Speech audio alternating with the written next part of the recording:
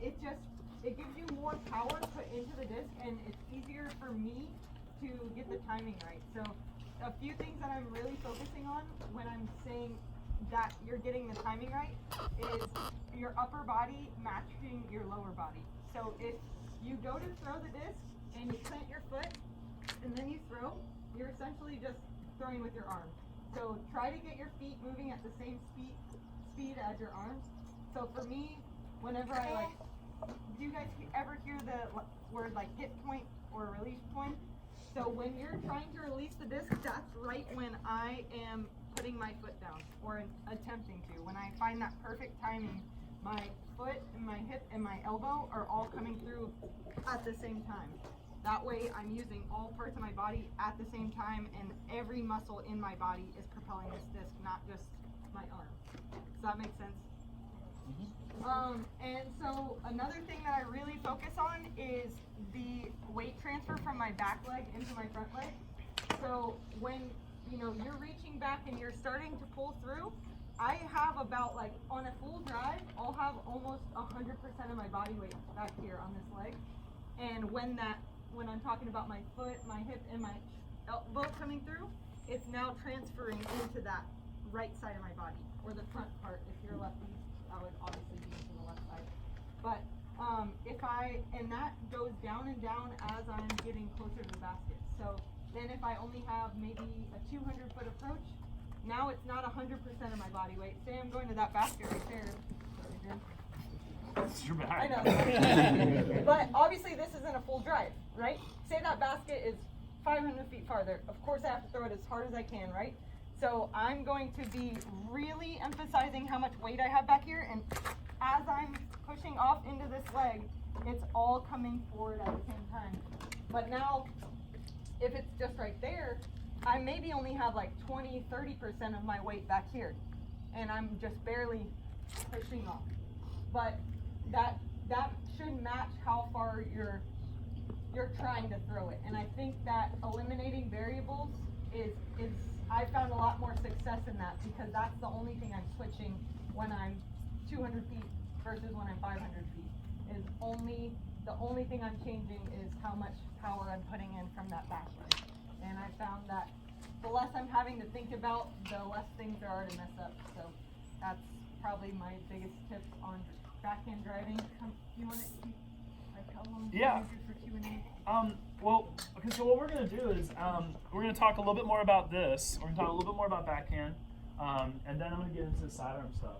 And what I want you guys to do is to collect questions in your brain. So if it's, or in your fingertips, just collect questions. Think about them. If it's pertinent to what we're talking about at the moment, raise your hand. We'll stop and answer any question you have. But if it doesn't have to do with either the backhand or the sidearm, save it for the end, because we want to save most of this for the information that you guys want to have specifically. So if there's a question that you have based on mental focus, or based on anything at all, like what kind of discs we throw, or anything you might have a question for, bring it on at the end. Yeah, as far as backhand stuff, I mean, there's so many different things to cover. The X step, and we all know the X step, right? Everyone pretty much is familiar with that. Is anyone not familiar with the X step? We all know that, right? And so Paige is talking about when she gets her foot behind and loading up right here, having this foot landing perpendicular to the direction she's throwing. She's having all that weight based here and pushing and transferring that motion right here in what we call the load into the hit. And so, I mean, that's basically how she's distributing so much power. For her tiny frame, she can throw 500 feet. If she can throw 500 feet, then everyone out here should be able to throw 500 feet, right? I mean, not many people out here. In a few years, you got it. You don't have excuses. That's the biggest question that I get asked is, how do I throw farther? And every time I'm going to tell you to start with your back leg. Your left leg, this is the most overworked muscle in my body, is my left leg, because on a putt, I'm pushing off. On a drive, I'm pushing off. And so I think a lot of people don't use the same proportions of how much leg they're using compared to how much arm. If you guys are ever throwing accidental rollers, we all are, some more more often than others, but we all are. Accidental rollers. Yeah. Let's call them by their real names. What'd you say? Thrower. Okay, thrower. But that's because you're putting too much torque in it, and you're using so much arm, and it's creating way too much torque, and it's overturning it. So use a little bit more leg and even it out. And another thing that comes into play on throwing farther is your reach back. And a lot of people know that. Oh, your reach back isn't all the way. And then you'll get, so if I'm going this way, my full reach back is here, never farther, because my shoulders should never be more than parallel. If I'm like this is an over reach back. And now if I'm pulling through correctly, I'm headed towards stern, and it's going to be a early release or a late release. So yes, lengthen your reach back, but don't overdo it, because then it's going to take you off your line. Trim just touched on something about his, lining your body up. If your body's out of line, it's so much easier to miss your release point. So try to keep your body in line, feet, shoulders, and hips. Feet, hips, and shoulders. It's head, shoulders, knees, and toes. Yeah. But yeah, if you start, obviously this is for a straight shot. If you're throwing an anhyzer, you kind of want to open up, or not an hyzer, you want to open up this way. Does everybody kind of understand that point? So, oh gosh. Oh, I'm missing it. Oh no, that's wrong. Yeah, so if this is the T-pad here, what Paige is trying to say is that when we're throwing either hyzer or anhyzer, the way that we approach this T-box is going to change. If I'm throwing a straight shot, what I essentially like to do is I like to gather everything in front of me and address the T-pad, and my core stays in this line the whole way. Okay, straight back, straight forward, reach back, straight across to that point that I was aiming at before I threw. If I'm going to throw a hyzer, I'm going to start back on the back left, and I'm going to approach the top right so that I can open up my hips to that hyzer line, and it's the exact opposite for the anhyzer line. And that way we can open our hips to the spot that we're throwing, and that way it just keeps everything in line. Want to add to that? No, I think you can really tell the major difference in an anhyzer, because if you're starting in the back right and going to the front left, like Durham's saying, and putting your body on that line, you can't accidentally throw a hyzer because your body's blocking that accidental hyzer. So it really narrows your path of where your error is going to be. Just lining your body up, it's already getting you on the right trajectory towards what you're trying to do with that disc. Another point in how do I throw farther, the farthest flying disc is on an anhyzer. It's like kind of an overstable disc on an anhyzer, and the more, basically, no matter what distance you're trying to throw, the more angle you have on it, the higher you have to get it. Because if I have this much angle on it and I throw it low, it's gonna roll. But if you get it high in the air, it has time to correct itself and get that full flight out of it. So if you are trying to throw farther, leg, full reach back, but not too much, and high and anhyzer. That's what I would say. Any other questions that aren't like how do I throw farther though? I mean, you can ask that question too, but we just kind of answered it in many different ways. One of the things that I like the way that Nate brought this up in his section shootout, is that a lot of times one of the mistakes that we see is that people will try to change the angles with their wrist based on the trajectory of their shot. But instead of doing this or that, you want to have a consistent release every single time. The only thing that really should change much is the angle of your back. So if you're throwing a hyzer, you're going to kind of hunch over a little bit to get low so you can release that disc on hyzer and follow through on that plane. Like imagine like the rings of Saturn, okay, or a hula hoop. You want to keep your arm in that line so you can continue that shot angle all the way through. If you're throwing a flat shot, it's kind of the same thing. It's just flat across your body. Your body should be somewhat upright. And if you're throwing an anhyzer, you're kind of leaning back a little bit, right? And then you're coming up and around and down. Okay, that's one way to continue the shot, to continue the power so that you're being as efficient as possible with your swing, and you're not wasting any energy by moving things around in your throw, trying to make that last second correction to the angle that you want to throw. Okay, so if you guys come up with any backhand questions, think about them, and we can handle those at the end, but I'm going to move on to forehand, which is kind of one of my specialty shots. I start off with a 2-finger stack grip like this. I put the middle of my middle finger right there in what I call the wedge of the disc where the flight plate meets the rim. And then I put my index finger right on top of that, and it's just kind of comfortable. For me, it's the sidearm grip, backhand grip, all of it's going to change based on our digits. We all have different size, shape, fingers, lengths of fingers, hands. I mean, some people got what you call them pickle fingers earlier today. So I got some pickle fingers. Pickle fingers, yeah. Okay, I don't know what that means, but apparently that's what I have. Maybe you have like little sausage fingers or like little mini corns or something. I don't know, but they're all gonna be a little bit different. So what's comfortable for you and what's comfortable for me might be a little bit different. But the point is, you want to get the edge of this disc kind of into that soft, fleshy space between your thumb and your index finger, and just kind of have it in there nice and tight. And I want to get my fingers almost stretched out as far as possible so that they're really covering the maximum amount of space inside the disc. I want to make sure that I have as much control of this thing as possible. So when I throw it, I can A, create as much spin, and B, also be able to control the flight angle, the nose angle, the speed of release, and all that stuff. And I can't do that, for me personally, if I only have one finger in the rim, or if I'm doing weird things where I don't feel like I have complete control over the disc. So that's my grip, that's what I go with. The next part of the forehand equation is the run-up. I developed my run-up based on stubbornness that the guy who basically showed me the game when I first started playing back in the summer of 2006, he told me, Germ, you got a great forehand for someone who's just started playing, but you're never going to throw a forehand farther than you can throw a backhand. And I was like, okay, buddy. Okay, you're wrong about that. No, he was right, but I was stubborn, and I still wanted to prove him wrong. I unsuccessfully found out that that's not possible to throw a forehand farther than a backhand. But either way, in that process of trying to prove him wrong, I developed an X step, which not many people really do for the forehand. Some people kind of have a shuffle step. But essentially the mechanics are the same as a backhand X step. My backhand X step goes right, left, right. Well, in actuality it goes, the 4 step is left, right, left, right. It's the exact opposite for my forehand.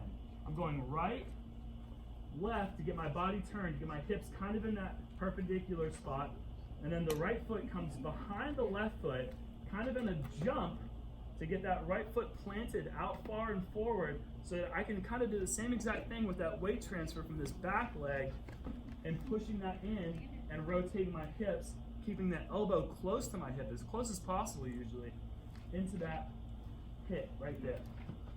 So in real time, it looks like this. Like that. And that way I can get low and drive my hips into the shot. And that way I don't have to use all arm and really wrench over on the shot and do a lot of bad stuff to my elbow. I can use my entire body to push into the throw and get as much power that way as possible. I mean, really besides grip and run up, the only thing that really, the next thing is disc selection. And that's based on how you throw, how much speed you can create, what kind of angles you're comfortable with, and so on and so forth. And that just comes from time in the field. So for me, I found a lot of success from throwing lesser stable to medium stability discs. Whether this is a Roadrunner right here, this is something I really like to throw in the woods because I can put a little bit of hyzer on it, which is one of my most comfortable release angles, and I can rely on the disc to do most of the work. I only have to put a little bit of inertia behind it. The disc will stand up and fly straight. Now I don't have to throw something overstable hard and then worry about it fading really far right. The Roadrunner and other understable discs, once they stand up, generally fly pretty straight. So it allows me to make that gap as big as possible so it's not flying big left to right and taking up a lot of fairway space. And that's the same mentality going backhand also. It's just that's how I like to address my disc selection with the forehand. Anybody have any specific questions forehand related? Yeah. I noticed your lead foot when you planted it was like, as opposed to the backhand, was more pointed Yes. at your target. Correct. Very good observation. He was saying that my foot, when I'm planting sidearm, is pointed towards my target, as opposed to backhand where I kind of close my foot off. And the reason that is because when we close our foot off with backhand, when we land on our toe and we come in to turn our body, this right here is how we capture all this power and energy. And when we pull through, we release that power, we open our foot. With forehand, one of the advantages of it is I never have to look away from the target, right? I can assess my target, I can look straight ahead, and I can do this the whole time. I don't have to turn my foot. This actually doesn't give me anything more at all. In fact, have you ever seen anyone plant their foot perpendicular? I think you might roll your ankle if you do that. I don't really throw forehand, so I was curious. Another really great benefit of the forehand is that when the conditions maybe are a little slicker, or the tee pad doesn't have the traction that you're used to, is that when you plant your foot with a forehand, you're planting it in a way that you're not rotating. You're just landing your foot. You're using this top leg kind of as the fulcrum point where you turn your hips. And other than that, you're not putting a lot of pressure on that foot, so slipping is a little bit less likely. And that's one of the reasons I don't really mind playing in the rain. Other people are throwing backhands and playing slip and slide tournaments and trying to stay on their feet and dancing and stuff. I'm over there just casually flicking shots in the woods, I don't have to worry about flipping my body off and falling. Good question though, or good observation actually. That's a very important thing to keep in mind. You want to point that foot. I'm not concerned with pointing it exactly at the point in the distance that I'm aiming at, but it's just forward. Any other forehand questions? I have a backhand question. Oh. Okay. Discuss the full follow through of a forehand if you were to rip it, like all your hardest. Sure. Oh, my hardest. Like whatever you Nate has a great throwing his hardest forehand form. I don't. I just go like this. The follow through is equally important with the backhand as it is with the follow through. What I like to do is this. Like I'm shooting guns. No, I'm just kidding. I don't do that. That's stupid.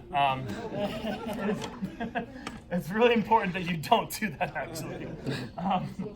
If you pay attention up to that point and stop paying attention, then this is going to be a terrible clinic. So please continue to listen. The follow through is incredibly important, and one of the hardest points for people with the forehand, because generally what happens is people turn their wrists over a bit too soon. And that's because their follow through, they're getting a little quick with their timing. I like to really make sure I release that disc all the way through on the hyzer line that I'm aiming, and then I really accentuate that angle for as long as possible. And then the arm just kind of naturally rolls over. So if you take a picture maybe a second after the disc's out of my hands, it might like, oh, Jeremy doesn't keep his palm up at all. But that's because I've kept it up the whole way, but then just naturally that arm kind of always comes around and over. It's just almost impossible to just stop it like this. That's when you get the gunslinger, the people that are doing this thing. It's like, I don't know if they're snapping whips or what they're doing. So many little things. I know. Well, you should have seen Nate the other day. He was doing the knee twitch thing. I think you guys remember that thing. There's a lot of dancing in disc golf. You had a question? Yeah, backhand question. Okay. Any tips on pulling through and keeping the disc towards your core versus up high or too low? And I guess so. How much of that matters, right? Yeah, it's very important. I think that one of the biggest errors that I see is like nose angle. Mm-hmm. So a lot of times that's nose up or nose down, and that is from where your pull through is. So I try to keep it always between my chest and my belly button. Mm-hmm. I try not to go, and that's on a flat shot. If I'm going hyzer, of course you have to reach low, but on like the straightest shot possible, I'm trying to keep it right here. Mm-hmm. And like you have a drink on this disc and you don't want it to spill, basically, and pull through flat. Because anytime if you come down a little bit low and you are throwing correctly, which means like you're leading with your elbow. If I'm a little low and I'm leading with my elbow, the disc is going to come up, and it's going to be nose up. And so it's going to, the wind, or even if there's not wind, it's losing speed the whole time because it's pushing backwards. you know, the flatter you can get it, the more spin it has on it, and it's just like slicing through the air better. So it's very, very important to keep it as flat as possible if you're trying to throw straight. And as far as like a tip to help you do so, I think just being aware of that, honestly. Like in your, you know, we're all playing a tournament, right? So in a tournament, you have 30 seconds to throw your shot. So for me, that's usually, I'll figure out what disc I'm gonna throw in practice.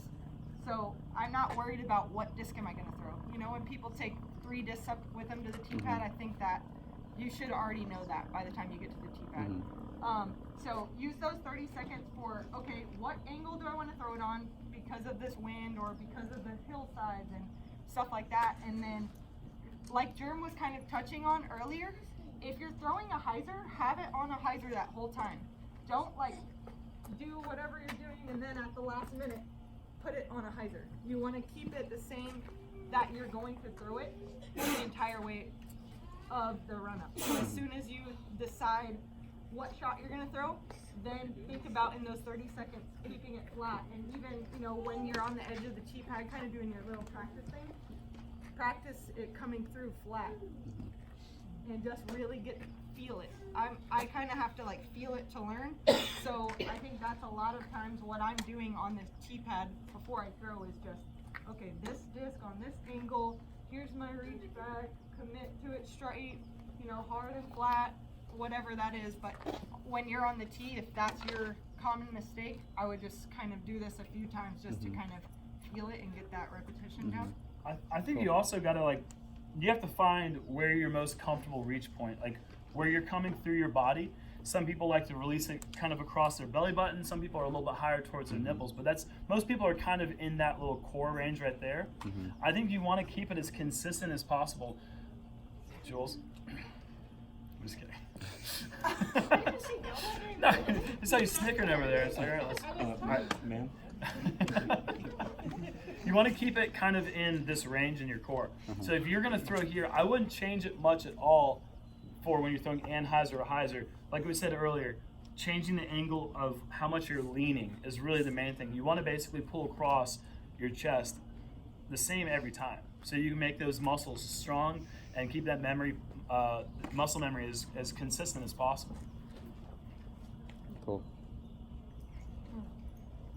Okay. Nate, Sexton? I didn't know if that was a question. Nope. If you guys would be willing, I think we'd like to see you guys throw a few, if you wouldn't mind. Ooh. And also, Of course. these guys are my friends. Yeah. I make fun of them a lot. Yeah. But if I'm going to be real for a second, Paige is the most impressive disc golf athlete I've ever seen in 20 years. Thanks, buddy. Playing. You're my favorite person to watch throw that I've ever seen. So I think we'll be lucky to see her throw as far as she can throw at her size. It shows you that it's not about being strong. Not that she's not strong, but it's all about timing and being fast and being an explosive athlete, and she is that. And we'll be lucky to see her throw. And Jerm is an elite distance thrower, and when I watch him throw, I'm absolutely amazed. And I look at him, I think, really he ought to be able to throw farther than that. But it's still incredibly fun. Yeah, so we'll throw some shots, and